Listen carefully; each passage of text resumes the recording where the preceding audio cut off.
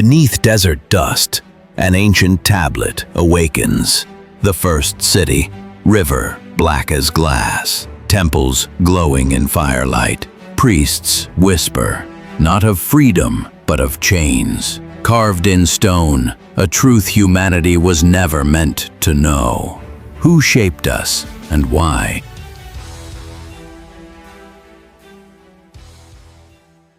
Hey guys, today we step into a story that should never have survived. A story carved into clay beneath Sumer's dust, whispered in temples where firelight flickered against the walls.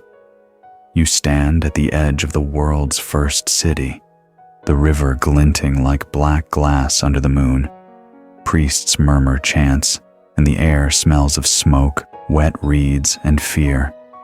The tablets tell you one thing plainly: you were not created to be free.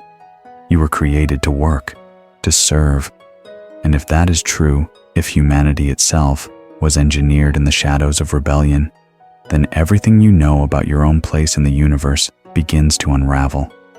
The truth is, you probably won't survive this journey. Few people do. The past has a way of devouring those who stare at it too long. So, before you get comfortable, take a moment to like the video and subscribe, but only if you genuinely enjoy what I do here. And let me know in the comments where you're watching from and what time it is for you right now. I love seeing our little constellation of listeners light up across the globe. Now, dim the lights, maybe turn on a fan for that soft background hum, and let's ease into tonight's journey together. You hear the sound before you see it, iron tools striking the earth, the groan of tired voices. In the myths, they were not human voices at all, but the cries of the Igigi, the lesser gods of Mesopotamia. For ages they dug the canals, hauled the mud, and tended the endless machinery of divine order. Imagine the sweat glistening on their shoulders, their backs bent against the riverbanks, the night sky above them filled with indifferent stars.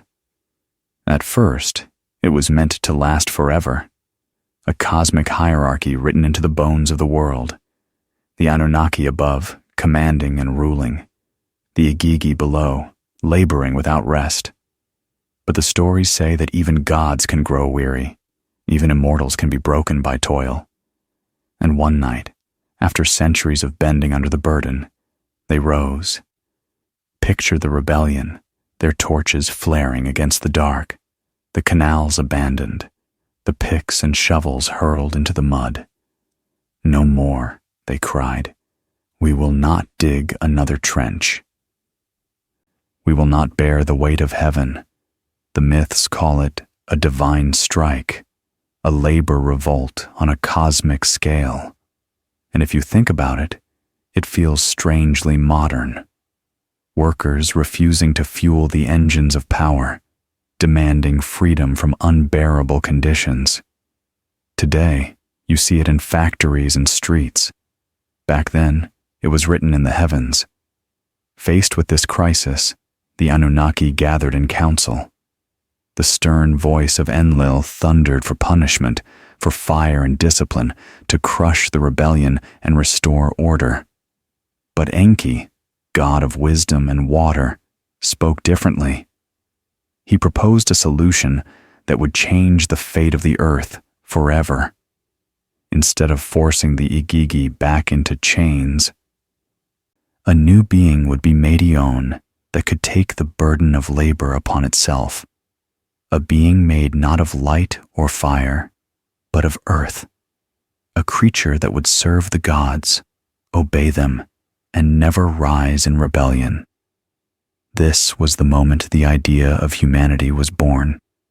Not as a gift, not as a child of love, but as a compromise in a quarrel among gods. The council fell silent, the night heavy with smoke and indecision. The Igigi had thrown down their tools, and the crops along the canals were withering. Without labor, the divine order itself would collapse. And so, Enki stepped forward, the god of water and wisdom, the trickster, the protector of humankind to be. His voice was calm, but his idea was radical. We shall fashion a new race, not gods, not Igigi, something else. The myths say the process began with clay.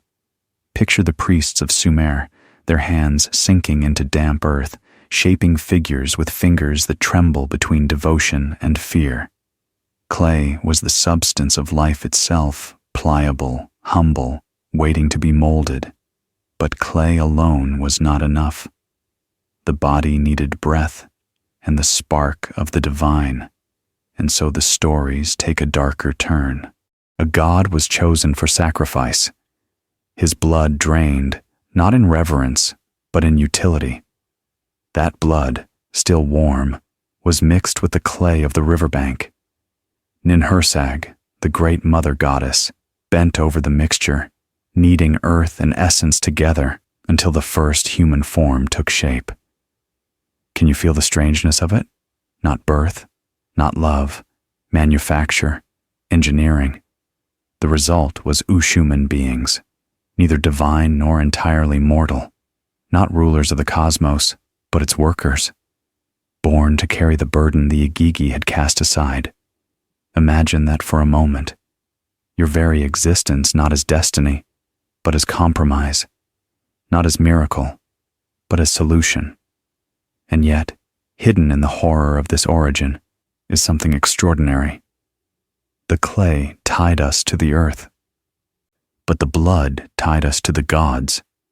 We are both mud and fire, both dust and eternity. In this strange hybrid lies the secret of humanity's endless struggle to obey and yet to reach beyond, to serve and yet to dream of freedom. Think of the echoes across cultures. Adam molded from clay in Genesis, Prometheus shaping mankind from earth and water in Greek myth, the spark of life stolen from heaven. Could all these stories be fragments of the same memory, whispering that humanity was designed, not discovered? The tablets are silent about what the Igigi thought, watching the first humans stumble into the world, tools placed in their hands, orders barked at them. Did they feel relief? Or did they laugh bitterly, seeing that their freedom had been bought with the birth of another servant race? One thing is certain. From that moment forward, we were bound to the soil, bound to the gods, bound to a purpose we never chose. Once humanity had been shaped from clay and blood, the great question became, what next? Would these fragile creatures simply dig canals and till the fields, silent and obedient? Or would they hunger for more? Here the rivalry emerges, a rivalry so sharp it cuts through the entire fabric of Mesopotamian myth. On one side stood Enlil, the lord of wind and command, stern and unyielding. To him, humanity was nothing more than a tool, a solution to the Igigi's rebellion. Obedience, discipline, order, these were the only virtues that mattered. To grant humans freedom was, in his eyes, to invite chaos. On the other side was Enki, the god of water and wisdom, the trickster who had suggested humanity's creation in the first place. Enki saw something different in these clay-born beings. He saw potential, curiosity, a restless spark inherited from that mingling of blood and earth. And so, he broke the rules. The tablets whisper that it was Enki who warned the sage Atrahasis of the coming flood, Enki who whispered secrets in the shadows, Enki who bent the divine order so that humans might survive. To some, he was a savior. To others, a dangerous rebel. The contrast could not be sharper. Enlil, the iron fist of authority. Enki, the hand that slips forbidden knowledge into yours. Does this sound familiar? It should. Across cultures, the same duel repeats. In the Garden of Eden, a serpent much like Enki urges humans toward wisdom, even if it means punishment. In Greek myth, Prometheus defies Zeus to gift fire to mankind, sparking progress and suffering alike. Always there is a figure of control, and always a figure of defiance. And so humanity was caught in the middle. To obey Enlil was to remain small, safe, and servile. To follow Enki was to risk divine wrath in exchange for the thrill of discovery. It is a choice we still make today, isn't it? Every time knowledge tempts us beyond the rules laid down by those in power. Picture the moment. Humans, new to the world, fumbling with tools, gazing up at the stars. Enlil thunders from the heavens, "Stay in your place." But in the silence of the night, Enki whispers, "There is more." This conflict, once etched on clay, never really ended. It still plays out in every classroom, every laboratory, every protest against authority. The struggle between control and curiosity is the oldest story humanity has, and perhaps the truest. The world grew crowded. Humanity, born from clay and blood, multiplied quickly, filling the valleys of Sumer, building temples, singing hymns to their makers. But where humans saw devotion, Enlil saw noise. The myths say their cries rose to the heavens like an unending clamor, disturbing the sleep of the gods. Enlil's patience snapped. To him, humans had overstepped their place. They were tools, not singers of hymns, not dreamers of freedom. And so he decided they must be wiped away.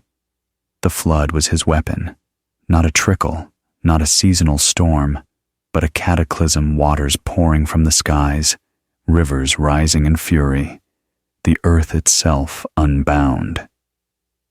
Entire cities dissolved overnight, their ziggurats swallowed by waves.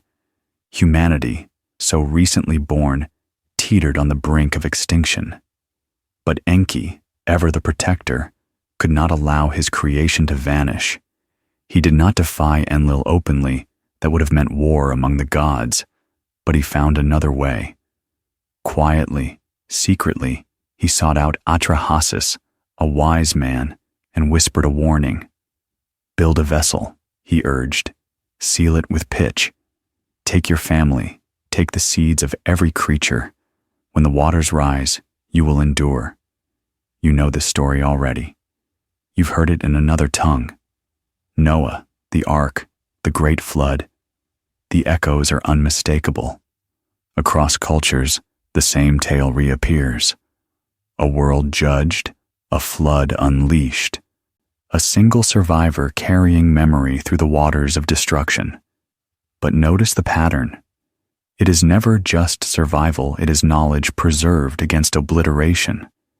The ark is more than wood and pitch. It is memory, culture, the seed of civilization itself. And beneath the myth lies a darker question. What does it mean that humanity's very survival came not from obedience, but from disobedience? Atrahasis survived because he listened to Enki's forbidden whisper, not Enlil's command. The flood is more than water. It is a lesson, a warning, a line drawn across history. Obey, and you may live quietly, but small. Defy, and you may risk everything, but perhaps win the future. The clay tablets do not moralize. They simply record. But when you read them, when you imagine the storm winds tearing through the plains of Mesopotamia, you feel the weight of the choice. Survival itself, it seems, has always belonged to those willing to listen to the dangerous voice in the dark. The waters receded. The ark grounded on the highlands, and from it stepped the fragile survivors of the flood. Civilization was not erased, only reset. And when the scribes of Sumer pressed their styluses into clay to record what came next, They did not begin with farmers or herders. They began with kings. The Sumerian king list is one of the strangest documents of antiquity. It does not read like myth, nor like mere poetry. It reads like history, ledger of rulers, names, and reigns. But the numbers are wrong, utterly wrong. It speaks of kings who ruled for thousands of years. Alulim, the first king of Eridu, reigned for 28,800 years. His successor, Al-Algar, ruled for 36,000. Others followed, their lifespans stretching beyond human imagination. These were not a handful of rulers, but generations of them, each one reigning for centuries upon centuries. Were these numbers symbolic exaggerations, or were the scribes trying to preserve something they only half understood? Imagine finding such a record today. Would you dismiss it as fantasy? Or would you ask whether it pointed to beings unlike us, beings who lived longer, ruled longer, perhaps because they were not entirely human at all? The list divides history into two eras: before the flood, when kings ruled for thousands of years, and after the flood, when reigns became shorter, closer to human lifespans. Something had changed. Authority had descended from the heavens, and then, slowly, it was passed down into mortal hands. Even the style of the record is chilling. Then the flood swept over. After the flood had swept over, kingship descended again from heaven. Kingship was not portrayed as invention, but as a gift, a transfer of power from elsewhere. Authority itself was treated as though it came not from men, but from the gods. Picture those early cities: Eridu, Uruk, kish-dusty walls rising from the floodplain, their kings claiming not only power, but bloodlines stretching back to the sky. If you stood in their courts, you would hear hymns not of men ruling by their own right, but as appointed guardians, inheritors of an older, stranger order. And yet, across the tablets, the pattern is consistent. Immense reigns in the beginning, shorter reigns as centuries pass. A decline not just in years, but in the proximity between gods and men. The rulers of the Golden Age seem almost divine themselves. The rulers of later ages are painfully mortal. Perhaps it is exaggeration. Perhaps it is memory. Perhaps it is something in between. But the list remains silent, enigmatic, asking the question we dare not answer. What kind of beings once ruled the earth before the world was reset? The clay tablets of Sumer are not alone. When you turn the page of history, you find the same motifs re-emerging in distant lands, written in different tongues but telling strangely familiar stories. It is as though the world itself carried one memory, fragmented and scattered across cultures like shards of a broken mirror. In Babylon, the Enuma Elish speaks of a cosmic battle Marduk slaying the chaos dragon Tiamat, splitting her body to fashion the heavens and the earth. And when the world is formed, what comes next? Humanity again, crafted from divine blood mingled with clay, designed to serve, to labor, to bear the load. The pattern repeats. In the Epic of Gilgamesh, the great flood reappears, not as metaphor, but as calamity remembered. Utnapishtim, like Atrahasis, survives because he listens to a god's warning, building a vessel to ride out the destruction. The echoes are unmistakable. Cross the seas to the highlands of Central America, and you hear the voices of the Maya.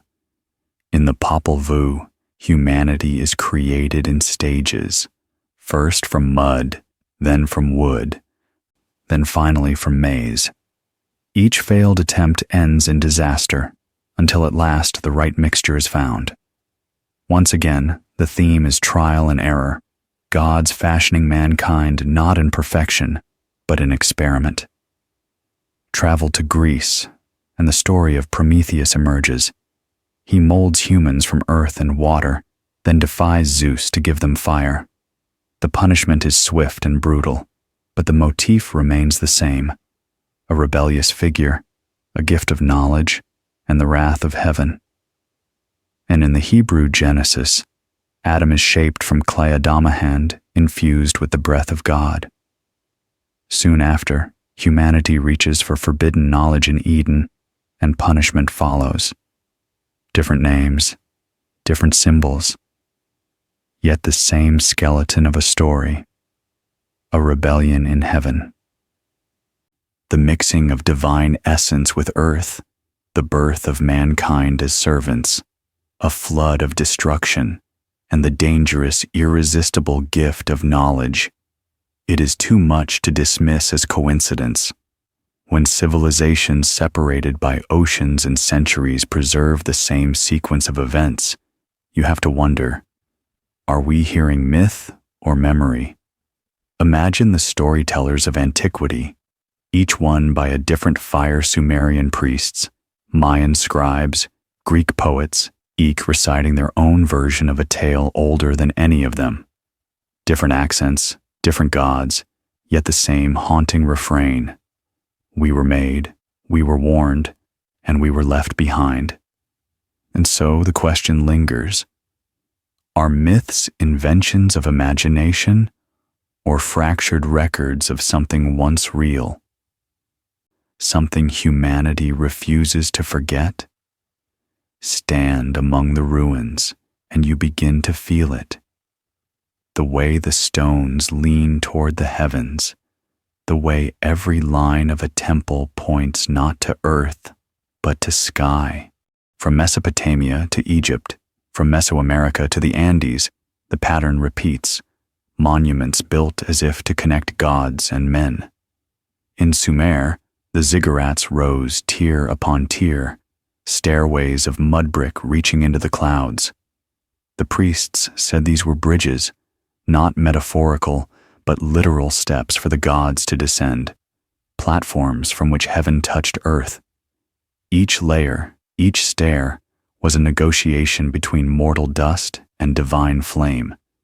In Egypt, the pyramids of Giza still stand, their geometry too precise, their scale too vast to dismiss as ordinary tombs. Their shafts align with the stars, their bases mirror the heavens. They were not just graves for kings, they were engines of eternity, stone machines designed to anchor human rulers into the cosmic order. Travel westward, and you arrive at Teotihuacan, the city where gods were made. No names of kings remain, no records of rulers, only vast avenues, temples aligned with celestial events, and pyramids that echo the mountains beyond. Was it built by visionaries seeking to mirror the cosmos, or by hands guided by something greater, something not entirely human? In the jungles of Central America, the Maya built temples that rose above the canopy, stairways so steep they forced you to bow as you climbed. At their summits, priests lit fires that could be seen for miles, messages not only to villages below, but to the heavens above. And in Peru, the Nazca lines cut across the desert colossal geoglyphs that cannot be seen from the ground at all, but only from the air. A spider, a hummingbird, a man waving from the hillside. Who were these for? Not for those walking among them. They were made for eyes looking down. Everywhere, the same obsession: stone, sky, alignment, humanity straining to reach beyond itself, or perhaps obeying instructions whispered by beings who once walked among them. Ask yourself, were these monuments built only to honor gods, or were they built with the gods' collaborations between mortal and immortal hands? Even now, standing in the shadow of these structures, you feel the pull. They are more than ruins. They are signals, silent, immovable, waiting for the day when someone or something might return to read them again.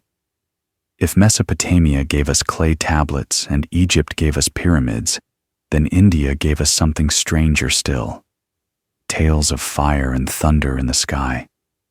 The ancient Sanskrit epics, the Mahabharata and the Ramayana, speak of machines and weapons so vivid, so detailed, that you cannot help but wonder if they are memories of technology long forgotten.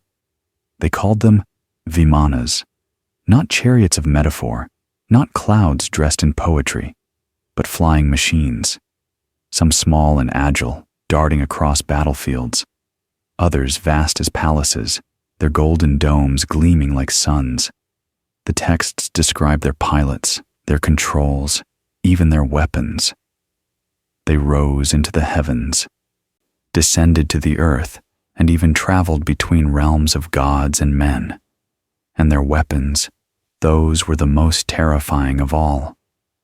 The epics describe astras, divine missiles of fire and light. They scorched the earth, blinded warriors, shattered mountains. One weapon, the Brahmastra, was said to burn with the power of 1,000 suns. In the Mahabharata, Arjuna is warned not to use it recklessly, for it could destroy the world itself. Read with skeptical eyes, and it is myth, allegory, exaggeration. But read with curiosity, and it begins to sound like something else, like a record of war machines and destructive forces that should not have existed in the distant past. Archaeologists at sites like Mohenjo-Daro have found skeletons lying in the streets as though life ended suddenly, violently. Some stones show traces of vitrification, as if exposed to intense heat far beyond ordinary fire. Mainstream scholars explain it as natural disaster. Others whisper of something darker, the shadow of ancient war, a memory of battles fought with weapons no one should have wielded. At the heart of it all are the gods themselves, Brahma the creator, Vishnu the preserver, Shiva the destroyer. Cosmic principles, yes, but also, perhaps, memories of powers that once walked among men. Shiva's third eye that unleashed annihilation. Vishnu descending in avatars to restore balance when the world faltered. These are not distant abstractions. They are beings who intervene, who fight, who destroy. And here is the unsettling part. Even within the stories, there is fear. Warnings against using the weapons. Pleas for restraint. The ancients themselves seemed to know they were describing power too great for mortal hands. So ask yourself, are these simply tales of gods dressed in metaphor? Or are they fractured recollections of something real, wars fought with fire in the sky, battles that reshaped the earth? Look up into the night sky and imagine it filled not with stars alone, but with glowing machines, arcs of fire, and thunder that shakes the ground. To the people of the Indus Valley, it was not fantasy. It was history. Thus, it happened. The Mahabharata does not read like fantasy. It calls itself Itihasathas, it happened. To its reciters, these were not stories, but memories, handed down like scars. And when you place those memories beside the ruins of the Indus Valley, the parallels are chilling. At Mohenjo-Daro, archaeologists uncovered a city that once thrived with streets, granaries, and baths. Its grid-like planning spoke of intelligence and order, and yet its end came suddenly.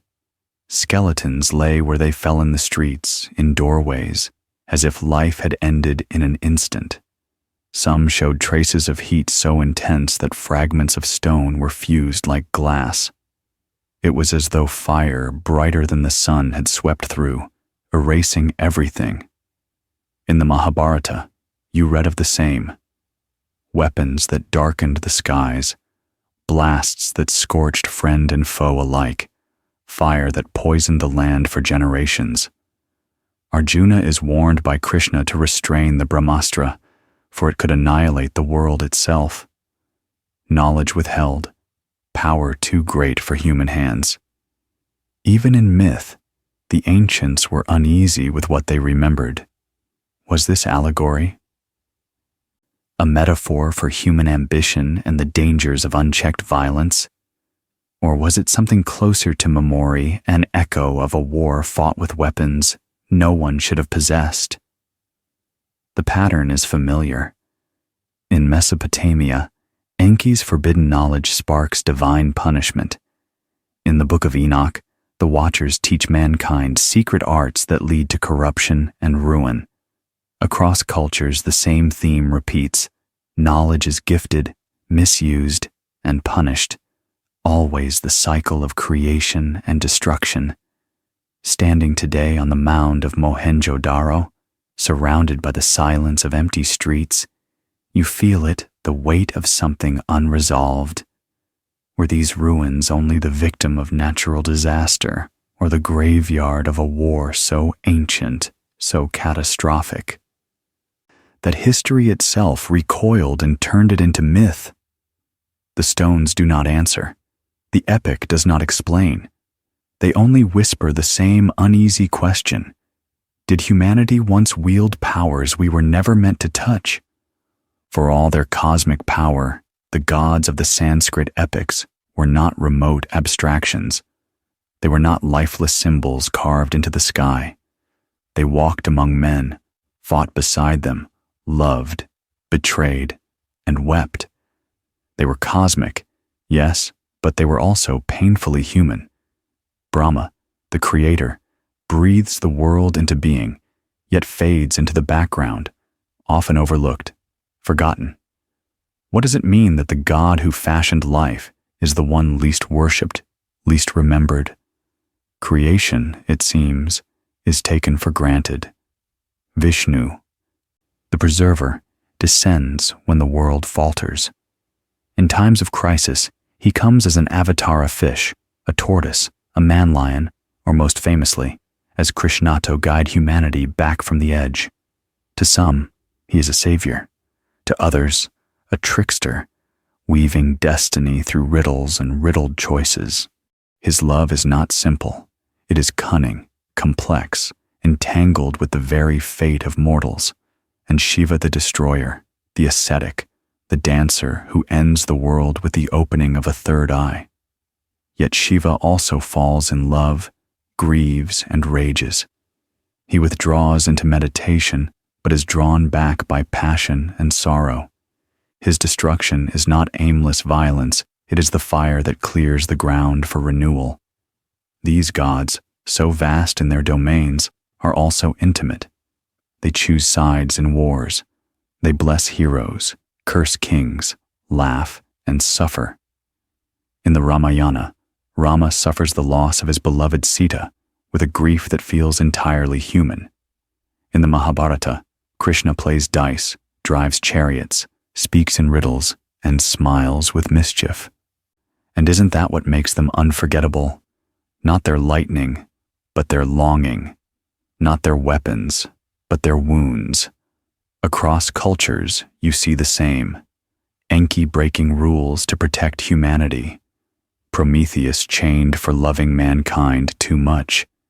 Even the Watchers in the Book of Enoch angels, who fall, not from malice, but from desire, taking human wives and teaching forbidden knowledge. The divine is never purely divine.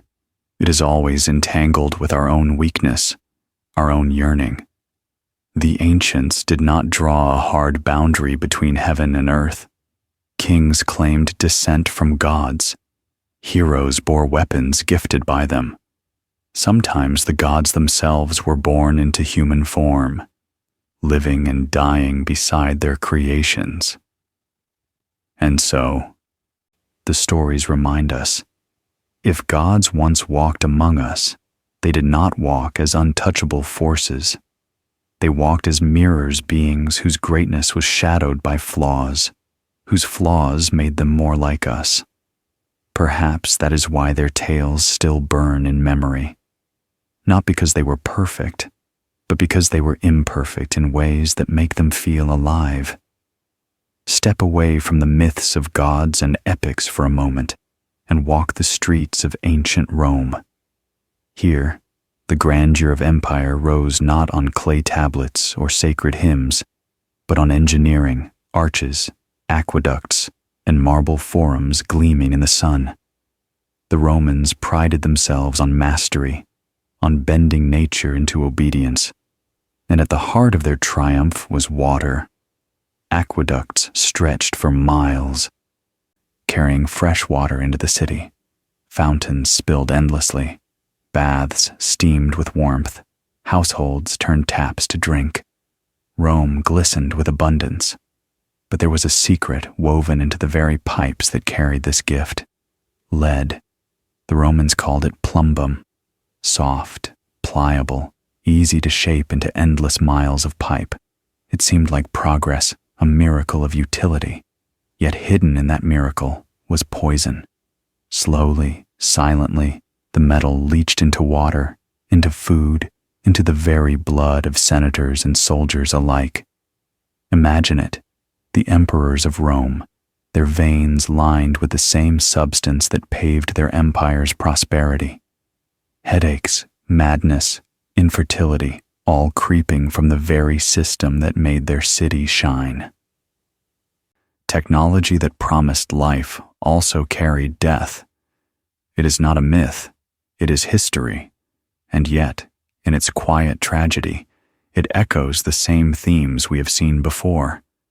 Knowledge that was meant to uplift instead brought ruin. A gift that turned against its givers. A civilization undone not by an enemy, but by the very brilliance of its own creation. How different is this from Enki's forbidden knowledge, or the astras of the Mahabharata? The pattern is identical. Tools of survival become tools of destruction. The line between salvation and damnation grows thin. Perhaps the Romans never thought about it. Perhaps they could not imagine their shining aqueducts as the veins of their own downfall. But we, looking back, can see the irony. Civilization carries within it the seeds of its own end, hidden in the very systems that sustain it. And so the Roman pipes join the clay tablets, the astras, and the pyramids in one vast chorus. A warning. Knowledge is never neutral. Every gift carries a shadow. The myths say humanity was born from clay and blood. To the ancients, those words carried power. Clay was earth itself, pliable, humble, the substance of creation. Blood was essence, fire, spirit. Mix the two, and you get something in between, fragile yet enduring, mortal yet touched by the divine. But what if these old images were not only metaphor? What if they were a language the ancients used to describe something they only half understood? Think of clay as the body, the structure, the vessel. Think of blood as information, the spark, the code that animates the form. Today, we would call that DNA. The double helix coils within each of us, carrying instructions written not in myth, but in molecules. It is blood as data, essence as sequence. Modern science speaks of genetic memory traces of the past inscribed in our very cells, trauma carried across generations, adaptations handed down from lives lived long before ours. In a way, our bodies are archives, libraries of ancient experience written in chemical script. Is that not what the myths were hinting at all along? That humanity is more than dust, more than chance? That within us lies something borrowed, something older, something not entirely of this world?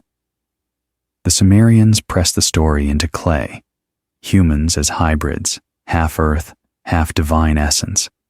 The Babylonians echoed it with Marduk's creation of mankind from the blood of Kingu.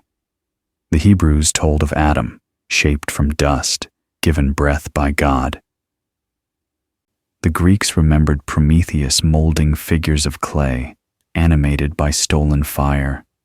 Always the same refrain: we are mixtures, composites, beings built from fragments of heaven and soil.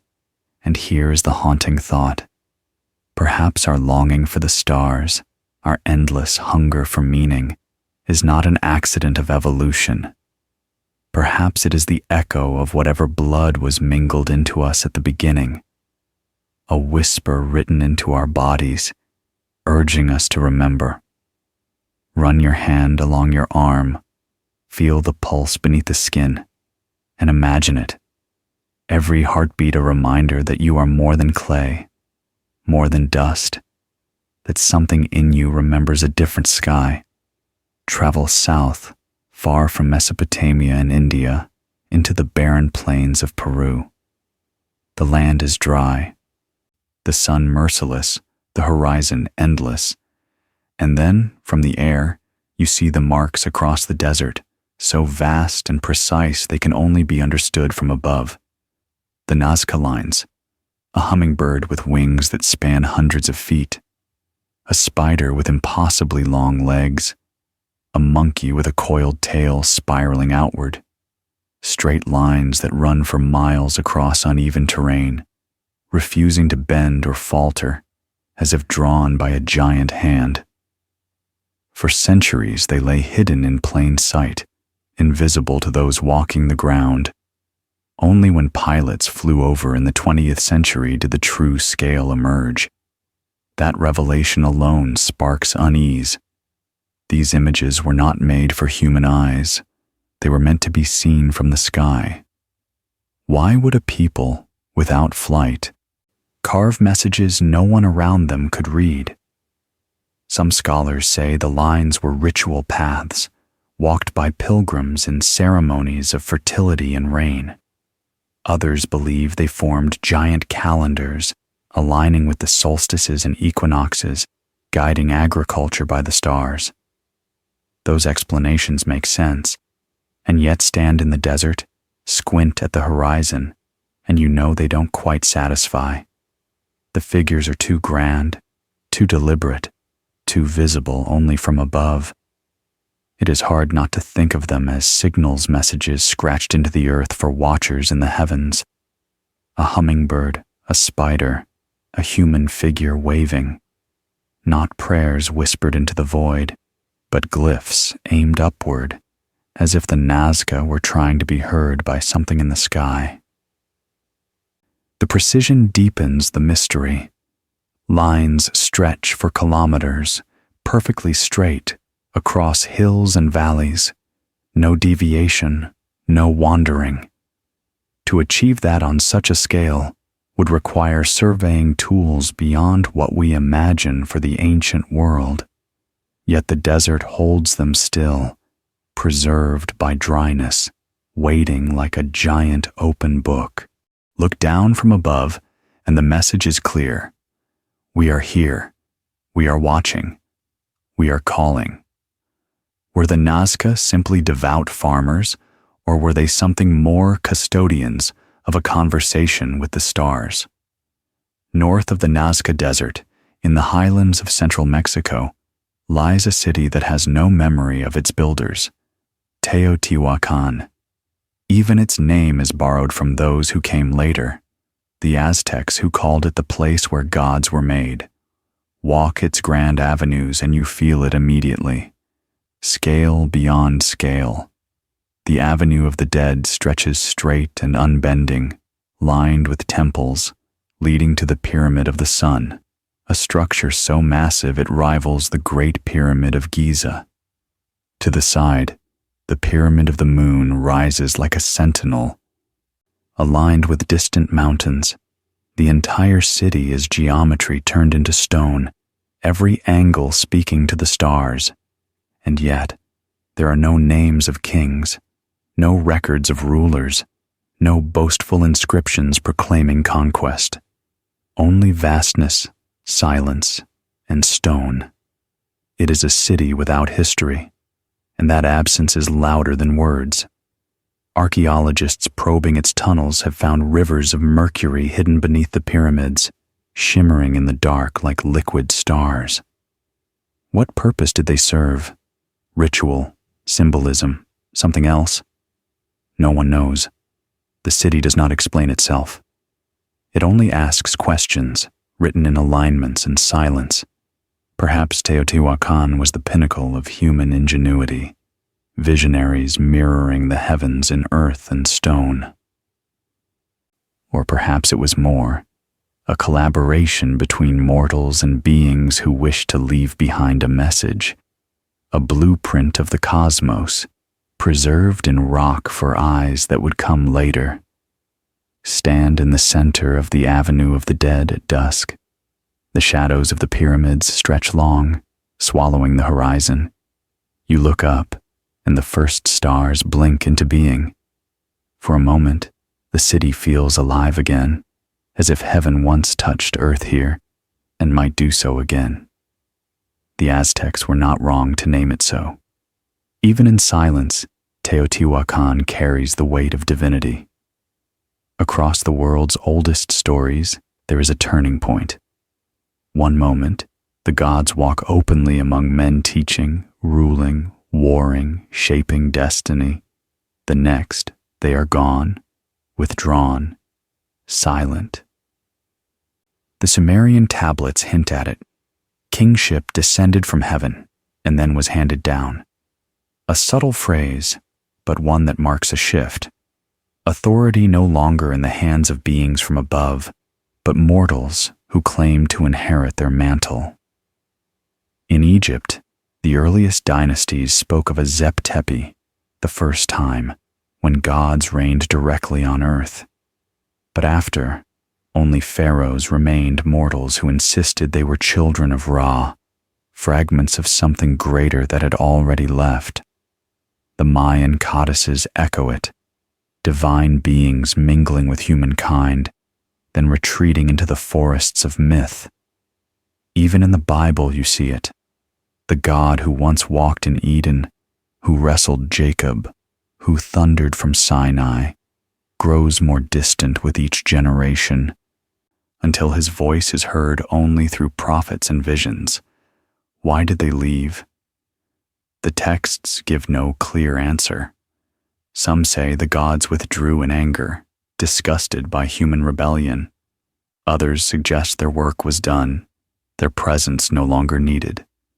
Or perhaps they retreated into hidden realms, places beyond sight, but not beyond reach, waiting for a time to return. What lingers is the memory of absence.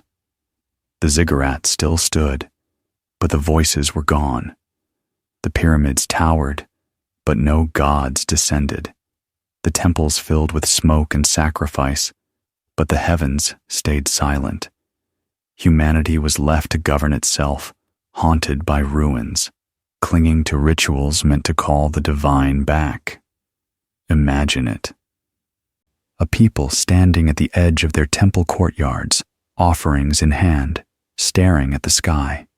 Night after night, they waited for a sign. But the stars gave no answer.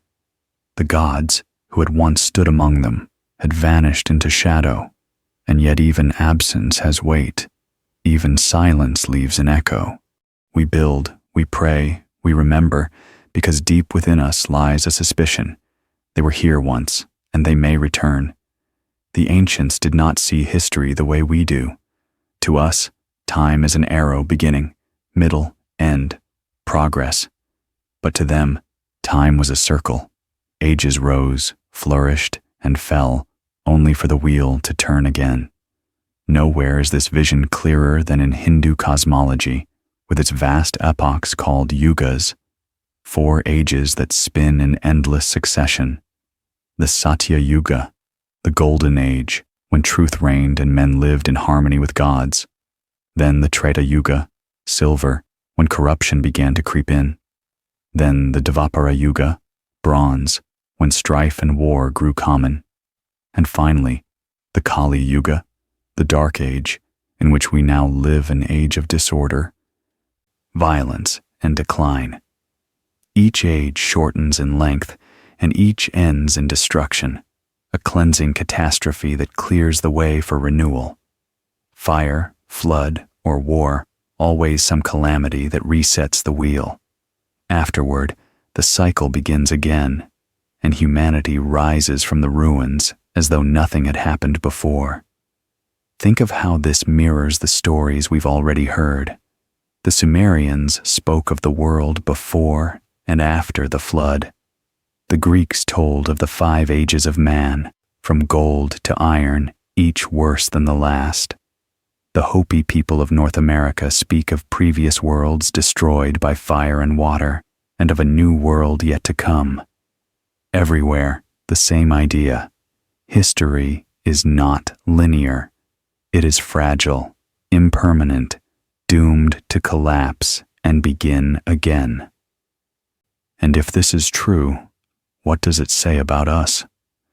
Look around. Wars fought with weapons too powerful to control, cities rising higher, consuming more, even as cracks appear in their foundations. The ancients would not be surprised. They would only nod and say, "The wheel is turning again." It is a sobering thought that we are not unique, not final, not the pinnacle of history. We are only another cycle, another echo, another age on its way to ending. But within that thought is also a strange comfort. If collapse is inevitable, so is renewal. Every destruction carries the seed of rebirth. The wheel does not stop. It only turns. Far from the plains of Sumer and the temples of India lies another tale, one hidden in a text that did not make it into the Bible. The Book of Enoch. Lost for centuries, rediscovered in caves and fragments, it tells a story that echoes the same old refrain. Beings from above, mingling with humankind and leaving ruin in their wake. They are called the Watchers, angels set to guard, to observe, but instead they descend to earth, drawn not by duty but by desire. They take human wives, and from those unions are born the Nephilim giants, mighty and terrible, who fill the world with violence. Yet the scandal is not only in their lust, but in their teaching. The Watchers give mankind forbidden knowledge. Azazel shows them how to forge weapons from metal, how to make war with swords and shields. Others teach enchantments, astrology, cosmetics, the reading of signs in the stars, skills that seem like gifts, but twist quickly into corruption. The world becomes filled with bloodshed. Humanity, once humble, now wields powers it cannot control, and heaven watching decides it has gone too far. Judgment comes in the form of the flood of cleansing, a reset, wiping away the corrupted generations. Do you hear the echo? Once again, the same story. Knowledge given, knowledge misused, punishment unleashed. Enki's whispers, Prometheus's fire, the astras of the Mahabharata, reflected in the tale of the Watchers. What is striking is how human the story feels. These divine beings are not cold abstractions. They fall in love. They fall into temptation. They fall from grace. Their choices are driven not by cosmic necessity, but by weakness, by longing. In that, they are mirrors of us, and perhaps that is the lesson. The Watchers are not just angels who stumbled. They are symbols of what happens when knowledge outpaces wisdom, when desire blinds duty, when power is given before responsibility. Even now, the story lingers. The ruins we build, the tools we wield, the knowledge we chase, are we not still walking the same path? Still watched, still judged, still haunted by the possibility of a fall? The Book of Enoch closes with a warning. Those who seek forbidden knowledge will always awaken forces beyond their control, and when they do, the price is never theirs alone to pay. All right, let's press on into Part 19, Crossroads of Memory, where the scattered myths of the world begin to overlap like fragments of a single hidden story. Part 19, Crossroads of Memory.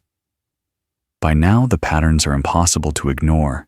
Sumerian tablets of clay, Egyptian hymns carved in stone, Mayan codices painted on bark, Hebrew scrolls, Greek epics, Indian verses recited for generations. Each speaks in its own tongue, but all hum with the same strange music. The Sumerians tell of the Anunnaki crafting mankind to bear the labor of the gods. The Babylonians echo them. Marduk slays Tiamat, fashions the world, and makes man from the blood of Kingu. The Hebrews recall Adam, molded from dust, infused with breath. The Greeks remember Prometheus, sculpting figures of earth, kindling them with stolen fire. Different names, different faces, yet the same refrain. In Egypt, the Zep-Tepi describes a first time when gods walked openly among mortals, only to withdraw, leaving kings as their shadows on earth. In Mesoamerica, the Popol Vuh tells of failed creation's mudmen, woodmen, until at last the gods find the right mixture in maize, just as Sumer once spoke of clay and blood. Travel further, to the high deserts of North America, and the Hopi speak of worlds before this one, each destroyed by fire or flood, each replaced by another. The Maya count their long cycles of time with the same inevitability: creation, corruption, destruction, rebirth. What are we to make of this chorus? Were these cultures borrowing from one another, tales carried by traders along ancient roads? Or are they all remembering the same thing, the same events, fractured into myth by distance and time? Imagine standing at the center of this web, threads stretching across continents, each tugging at the same buried truth. Perhaps what we call myth is not invention, but memory, the human race clutching at fragments of encounters too vast to fit neatly into history. And if so, then the real story of our beginnings is not written in one place, but scattered across the earth, waiting to be pieced together. Each ruin, each legend, each whispered echo is a shard of the same broken mirror. The crossroads of memory is where all myths meet, and where the line between imagination and history dissolves. Walk among the ruins, and you can feel it. The stones do not speak in words, but in silence. Broken columns, half-buried ziggurats, stairways leading nowhere, all of them whisper the same uneasy truth. Something was here before us, and it is gone. In Mesopotamia, the cracked tablets lie beneath museum glass, their cuneiform pressed by hands that believed they were recording memory, not myth. In Egypt, the pyramids rise out of the sand like mountains of intention, still aligned with the stars, though their builders have been dust for millennia.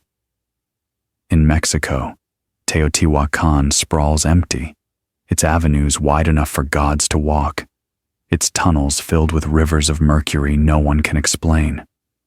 The world is littered with such places. Angkor, swallowed by jungle. Stonehenge, its purpose still debated. The Nazca Desert, etched with figures only the heavens could see. These are not just ruins, they are riddles, questions cast into stone and earth, waiting for someone to answer. And when you stand among them, something stirs in you. A sense of recognition, of déjà vu. The ancients believed they were not alone, that their lives unfolded beneath the gaze of powers greater than themselves. And perhaps, deep down, we still feel the same, that our cities, our towers of glass and steel, are only the latest layer built on top of an older, stranger story. bend down. Place your hand on the worn surface of a temple stone. Feel the heat of the sun still radiating from it. For a moment, you might imagine the footsteps that once echoed here, the hymns that rose to the sky, the offerings laid down with trembling hands. You might imagine that if you listened closely enough, you could hear them still. The ruins do not explain themselves. They do not tell you who built them or why. They only whisper, "Remember." The journey ends not with thunder, but with quiet. The ruins fade into shadow. The fires of myth burn low, and you are left with only the soft hum of memory. Think of the world as it is tonight, the air heavy with stillness, the faint scent of earth after rain, the long hush that follows when stories have been told. Humanity, for all its wars and wonders, has always returned to this: silence, breath, and the fragile comfort of sleep. The ancients knew that cycles turn, that even the greatest empires crumble back into sand. The kings who ruled for thousands of years are dust. The watchers who descended from heaven are gone. The temples, the pyramids, the lines carved in the desert they endure, but only as echoes. All things fade, all things return. And yet, in the fading, there is resilience. Out of clay and blood, out of floods and fire, out of collapse after collapse, humanity still rises, fragile, flawed, restless, and yet unbroken. We are dust, yes, but dust that remembers the stars. Close your eyes and imagine the ruins around you dissolving into night. The ziggurats soften into shadow. The pyramids blur into dunes. The geoglyphs are swallowed by sand and wind. All that remains is a whisper, carried on the breeze. You are part of something older, stranger, vaster than you can ever know. The air is cool now. The world is dimming. You hear the faint rustle of leaves, the low crackle of a dying fire. And in that stillness, you can almost smell it, the lavender drifting from some unseen garden, the damp musk of wet paper left out in the rain, the faint sweetness of candle wax melting slowly into the dark. The story has ended, but its echo lingers. Long sentences stretch like shadows across the room, carrying you gently towards sleep. The voices of gods, the cries of kings, the silence of ruins, all of it fades, soft as dust settling after a storm. And so, we leave the past behind, not in fear, but in reverence, not in certainty, but in wonder. Tomorrow the wheel will turn again, and new stories will rise. But for tonight, the journey is over.